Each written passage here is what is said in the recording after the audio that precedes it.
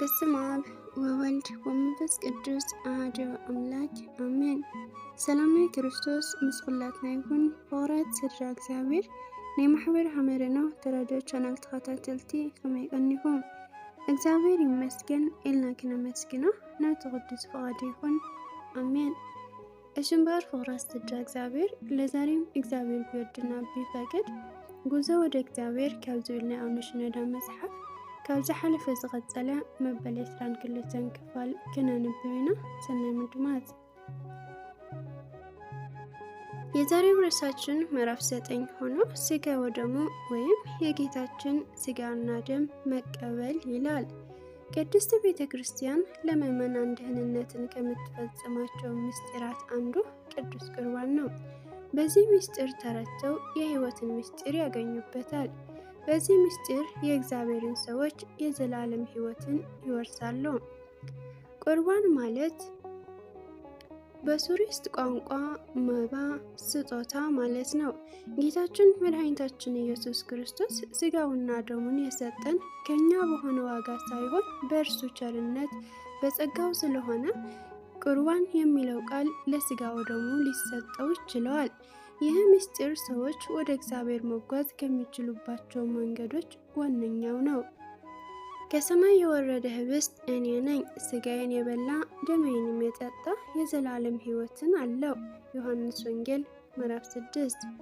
የዘላለም አምላክ ክርስቶስ ስጋዬን ብሉ ደሜንም ጠጡ ሲለን በስጋዊ ጥቅም ላይ ብቻ በተወሰነ መልኩ አይደለም። ስጋው ደግሞ የነፍስ ምግብ ነው። ስጋው ደግሞ የነፍስ ምግብ ነው። ለዘላለም ሕይወት ለመንፈሳዊ እድገት የሆነን ዘንድ ሞታችንን ሞቶ ስጋውና ደሙን የሰጠን ጌታ የእግዚአብሔር እንጀራ ከሰማይ የሚወርድ ለዓለምም ሕይወት የሚሰጥ ነው ብለዋል። ዮሐንስ ወንጌል ምዕራፍ 6። ይህንን የሕይወት እንጀራ እንካችሁ ብሎ የሰጠን ስጋውና ደሙ ነው። በእርሱ አምኖ የአባቱንም ፍቃድ ፈጽሞ ለተቀበለው የዘላለም ሕይወትን ያወርሳል። ሰው ከእርሱ በልቶ እንዳይሞት ከሰማይ አሁን የወረደ እንጀራ ይህ ነው። ከሰማይ የወረደ ሕያው እንጀራ እኔ ነኝ። ሰው ከዚህ እንጀራ ቢበላ ለዘላለም ይኖራል። እኔም ስለ ዓለም ሕይወት የምሰጠው እንጀራ ስጋዬ ነው። ዮሐንስ ወንጌል ምዕራፍ 6። አባታችን ሆይ እያልክ በምትጸልይበት ጊዜ ሁሉ የዕለት እንጀራችንን በየዕለቱ ስጠን እያልክ ጸልያለህ። ነገር ግን ልብ ብለህ አስተውለኸዋልን? የምትጠይቀው እንጀራ የነፍስህንም ጭምር እንጂ ለስጋህ ብቻ የሚሆነው መሆን የለበትም። የነፍስ ምግብ ደግሞ የጌታችን ስጋና ደም መሆኑን እየተነጋገርን ነው። አሁን አንተ ወደ እግዚአብሔር በምታደርገው ጉዞ ውስጥ ወሳኙ ያንተ ዝግጁ ሆኖ መቅረብ እንጂ የነፍስ ምግብ ተዘጋጅቶልሃል። ከዚህ በላይስ ምን ትናፍቃለህ? ከዚህ የሚበልጥ ፍቅርስ አለ ብለህ ታስባለህ? በፍጹም። ስለዚህ ፍቅሩን በፍቅር መልስ፣ የሰጠህን ተቀበል። ጌታ ካንተ ጋር ለመኖር በርህን እያንኳኳ የልብህን መዝጊያዎች ክፈትለት። ጌታን ካንተ ጋር ለመኖር በርህን ያንኳኳልና የልብህን መዝጊያዎች ክፈትለት። የዘላለም አምላክም ካንተ ጋር ይኖር። ከአምላክ ጋር የመኖር ምስጢር ስጋ ወደሙ ነው። ከአምላክ ጋር የመኖር ምስጢር ስጋ ወደሙ ነው። በእኔ ኑሩ እኔም በእናንተ። ዮሐንስ ወንጌል ምዕራፍ 15። አንድ የዛፍ ቅርንጫፍ በልምላሜ ወይም በሕይወት መቆየት እንዲችል ከግንዱ የሚደርሰው ምግብ ማቋረጥ የለበትም። ከግንድ የተለየ ቅርንጫፍ ይጠወልጋል ወይም ይደርቃልና፣ የኛም ከጌታችን የተለየ ሕይወት እንደዚህ ነው። እኛ ቅርንጫፎች ስንሆን ሕይወት የምናገኝበት ግንዳችን እርሱ ነው። ከእርሱ ከተለየን መንፈሳዊ ሕይወታችን ይጠወልጋል ወይም ይደርቃል። ለዚህ ነው ለእኛ ሐሳቢ የሆነው ጌታ በእኔ ኑሩ፣ ሥጋዬንም እየበላችሁ ደሜንም እየጠጣችሁ ሕይወታችሁን እያለመለማችሁ አብረን እንኖር ያለን። ወንድሜ፣ ያንተ የመኖር ምስጢር ምንድን ነው? በእርግጥ ሌላ እንደሌለ አውቃለሁ። ከአምላኳ የተለየች ነፍስ የሞተች ናትና። ስለዚህ በዚህ ሕያው ቃል መሰረት የኃጢአት ሸክምህን በንስሐ አስወግደህ ሥጋና ደም ብትቀበል ኑሮ ከእግዚአብሔር ጋር መሆኑን አረጋገጥክ ማለት ነው። ዘውትር ወደ ቅድስት ቤተ ክርስቲያን ገብተህ በምትጸልይ በምትቀድስና በምታስቀድስበት ጊዜ ሁሉ ካህኑ ስለዚህ ምስጢር የሚናገራቸውን ቃላት በተመስጦ በአንክሮት ተከታተል። አምናለው አምናለው አምናለው። መለኮቱ ከሰውነቱ አንዲት ሰዓት እንኳን እንደ ዓይን ቅጽበትም እንዳልተለየም እታመናለሁ። ስለኛ ሰጠው እንጂ ለሕይወትና ለመድኃኒት ለኃጢአትም ማስተሰሪያ ሊሆን አምነው ለሚቀበሉ ሰዎች ስለኛ አሳልፈው ሰጠው እንጂ። ከቅዳሴ የተወሰደ። ይህንን ካህኑ የሚናገረው ቃል ነው። አንተም በእርግጠኝነት ለመዳንህ አምነህ የምትቀበለው ምንም አቻ የሌለው የፍቅር ስጦታ መሆኑን አምነህ ተቀበል። ማን ነው ከኛ መካከል እነዚህ ሶስት ነገሮች ማለትም የዘላለም ሕይወትን፣ መድኃኒትን፣ የኃጢአት ስርየትን በሌላ መንገድ ሊያገኝ የሚችለው? ልብ በል። ጌታችን የሚሰጠን ሁሉ ዓለምን ልትሰጠን የማትችለውን ነው። ከኃጢአታችን በንስሐ ያገኘነው ነፃነትና አዲስ ሕይወት ከሥጋና ከደሙ ጋር እንቀበላለን። ምክንያቱም ነገር ሁሉ በደም ይነጻል፣ ደምም ሳይፈስ ስርየት የለም። ዕብራውያን ምዕራፍ 9። ለእኛም ከሥጋ ወደሙ ውጪ መዳንም ስርየትም የለንም። ለዘላለማዊ መስዋዕት ጌታችን ሥጋና ደሙን በፍቅር ሰጥቶናል። የቀረ ነገር ቢሆን ያንተ ተሳታፊነት ነው። ኃጢአትህን ተናዘህ በንስሐ ነስተህ በዚህ ታላቅ ምስጢር መንግሥቱን ውረስ። ሥጋና ደሙ ያንተና የእግዚአብሔር ቃል ኪዳን ነው። ይህን እንጀራ በበላችሁ ጊዜ ሁሉ ይህንንም ጽዋ በጠጣችሁ ጊዜ ሁሉ ጌታን እስኪመጣ ድረስ ሞትን ትናገራላችሁ። አንደኛ ቆሮንቶስ ምዕራፍ 11። የጌታችን ሥጋና ደም ለሕይወት ብለን አምነን በተቀበልን ጊዜ ሁሉ በዚህ ቃል ኪዳን ውስጥ የታቀፍን ነን።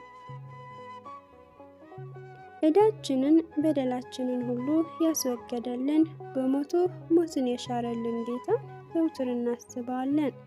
ዳግም በሚመጣ ጊዜም የታላቅ ዋጋ መቀበያ ሆነናል። አቤቱ ሞትህን፣ ቅድስት ትንሣኤህንም እንናገራለን። እርገትህን፣ ዳግመኛ መምጣትህንም እናምናለን፣ እናመሰግናለን፣ እናምናሃለንም። ጌታችንና አምላካችን ሆይ እንለምንሃለን፣ እናመሰግንሃለን፣ እናምናሃለንም። ጌታችንና አምላካችን ሆይ እንለምንሃለን፣ እንማልድሃለንም። ከቅዳሴ ተወሰደ። ክርስቶስ የዘላለም ሕይወት የሆነው ሥጋውና ደሙ ሲሰጥህ አንተም ስትቀበል ከእርሱ ጋር ያለ ኅብረት ወይም ቃል ኪዳን ጽኑ ይሆናል። ሲበሉም ኢየሱስም እንጀራ አንስቶ ባረከ፣ ቆርሶም ለደቀ መዛሙርቱ ሰጠና እንካችሁ ብሉ፣ ይህን ሥጋዬ ነው አለ። ጽዋንም አንስቶ አመስግኖም ሰጣቸው፣ እንዲህም አለ፣ ሁላችሁም ከእርሱ ጠጡ፣ ስለ ብዙዎች ለኃጢአት ይቅርታ የሚፈስ የአዲስ ኪዳን ደሜ ይህ ነው። ማቴዎስ ወንጌል ምዕራፍ 26።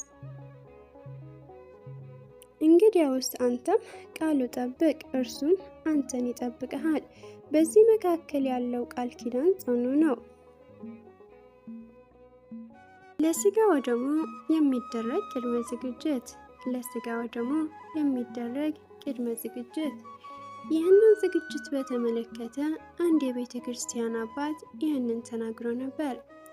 የጌታችን ሥጋና ደም ለመቀበል የወደደ ክርስቲያን ጌታዋን በማኅፀኗ የተቀበለች የድንግል ማርያምን ንጽሕና ያህል ንጹሕ መሆን ይጠበቅበታል። ወንድሜ ልብ በል፣ ይህን ቃል ማስፈራሪያ እንዳይመስልህ፣ ይልቁንም የእግዚአብሔር ቸርነት የምሕረቱንም ብዛት ለመግለጽ የተናገረው ነው። የሚጠበቅብን ይህን ያህል ሆኖ ሳለ ጌታችን ግን በጥቂቱ ጥረታችን ምን ያህል አብዝቶ የሚሰጠን ነው። በጥቂቱ ታምነሃልና በብዙም እሾምሃለሁ። ማቴዎስ ወንጌል ምዕራፍ 25። ይሄ ባይሆንማ ለተዋህዶ እንደተመረጠች ድንግል እመቤታችን ንጽሕናን ገንዘብ ማድረግ የሚችል ማን አለ? ስለዚህ አንተ በተቻለህ አቅም ራስህን እንድታዘጋጅ እንመካከር። ራስህን በሁሉ ነገር መንፈሳዊ አድርግ። ከዚህ በኋላ ሊከብድህ የሚችል አንዳችም ነገር የለም። ሥጋ ወደሙን መቀበል የመጨረሻ የብቃትህ ደረጃ አድርገህ አታስብ። መቶዎቹ ሺዎች ወይም 100 ሺዎችም ሥጋ ወደሙ ይቀበላሉ። ነገር ግን ሁሉም ተመሳሳይ ዋጋ አገኙበት ማለት አይደለም። ለምሳሌ ሐዋርያትን ተመልከት። ከ11 አንዱ ብቻ ጌታን እስከ መስቀሉ ድረስ ተከተለው። በዚህም ጽናቱ ከመስቀል ላይ የተናገረው የጌታን ቃል የሰማ ከሐዋርያት እርሱ ብቻ ነው። የጌታችን እናትም እንደ እናቱ ሊቀበል የታደለ እርሱ ብቻ ነው። ከሌሎቹ መካከል አላውቀውም እስከ ማለት የፈራም ነበረ፣ ቅዱስ ጴጥሮስን ማለቴ ነው። የተቀሩትንም በየአቅጣጫው ተበታትነው ነበሩ። በእርግጥ ለዚህ ጉድለታቸው ምክንያት መንፈስ ቅዱስ ገና የሚቀበሉ መሆናቸው እንደሆነ ይታመናል። ግን ከዚህ መያዝ ያለብህ ነጥብ የጌታን ሥጋና ደም ሲቀበሉ የመጨረሻው የብቃት ደረጃ ላይ መድረሳቸው የሚጠቁም ነገር እንደሌለ ነው። ላንተም በዚህ ጥረት ውስጥ ገፍተህ ሥጋ ወደሙን የመቀበል ደረጃ ላይ ብትደርስ የመጨረሻ አይምሰልህ። ይልቁንም የዕለት ተዕለት ትግልህን የበለጠ መጠናከሪያ የሚሆንህ ነው። በየዕለት ተግባርህ ዝግጅትህና ጥንቃቄ የማይቀጥል ከሆነም ከጥቅም ይልቅ የሚያስጠይቅህም ይሆናል። ሳይገባው ይህን እንጀራ የበላና ይህን ጽዋ የጠጣ ሁሉ የጌታን ሥጋ ወደሙ ዕዳ አለበት። 1 ቆሮንቶስ ምዕራፍ 11። ለሥጋ ወደሙ የተገባህ የምትሆነው በተፈጥሮ ወይም በዕድል ሳይሆን አንተ በምታደርገው ዝግጅት ነው። የእግዚአብሔርን ቃል መመሪያ አድርገህ ኑርበት፣ እርሱ በቂ ነው። የምትቀበለው ምን እንደሆነ፣ ምን አይነት ክብርም እንደሚያጎናጽፍህ፣ በሌላ በምንም መንገድ ልታገኘው የማትችለውን ሕይወት እንደሚሰጥህ ለይተህ እወቀው፣ አምነህም ተቀበለው። ይህን ካልሆነ ግን የተለምዶ የሆንብህና ተጠያቂ ትሆናለህ። ስለዚህ ዘመናት የማይሽሩት ክብሩንና የሕይወት ምስጢርነቱን በልብህ ጠብቅ። አባቶቻችን በተገቢ መንገድ ሊጠቀሙበት የቻሉት ይህንን በማድረግ ነው እንጂ በዘመን ልዩነት አይደለም። ለሥጋ ወደሙ አንተ ትዘጋጃለህ እንጂ አንተን ሥጋ ወደሙ የሚያዘጋጅህ አይምሰልህ። ንጹሕ ነገርን በንጹሕ ዕቃ መያዝ ያለ የነበረ ነውና አንተም ንጹሕ ቅዱስ የሆነውን ምስጢር በጾም ራስህን ገዝተህ በንስሐ ታጥበህ ጸድተህ የመንፈስ ፍሬ እያፈራ ለክብሩ እንደሚገባ መጠን ተዘጋጅተህ ብትቀበለው ዋጋው ጥርጣሬ አይኖረውም። የምትችለውን ሁሉ አድርገህ አምላክም የቸርነቱን እንዲያድርግልህ በመጠበቅ ቅረብ። ለቅዱስ ቁርባን የሚያስፈልጉ ቅድመ ዝግጅት ዋና ዋና ነገሮች በሚል እግዚአብሔር ቢወድና ቢፈቅድ በቀጣይ ሳምንት እናነባዋለን። የዛን ሰው ይበለን። ወስብሐት ለእግዚአብሔር ወለወላዲቱ ድንግል ወለመስቀሉ ክቡር አሜን።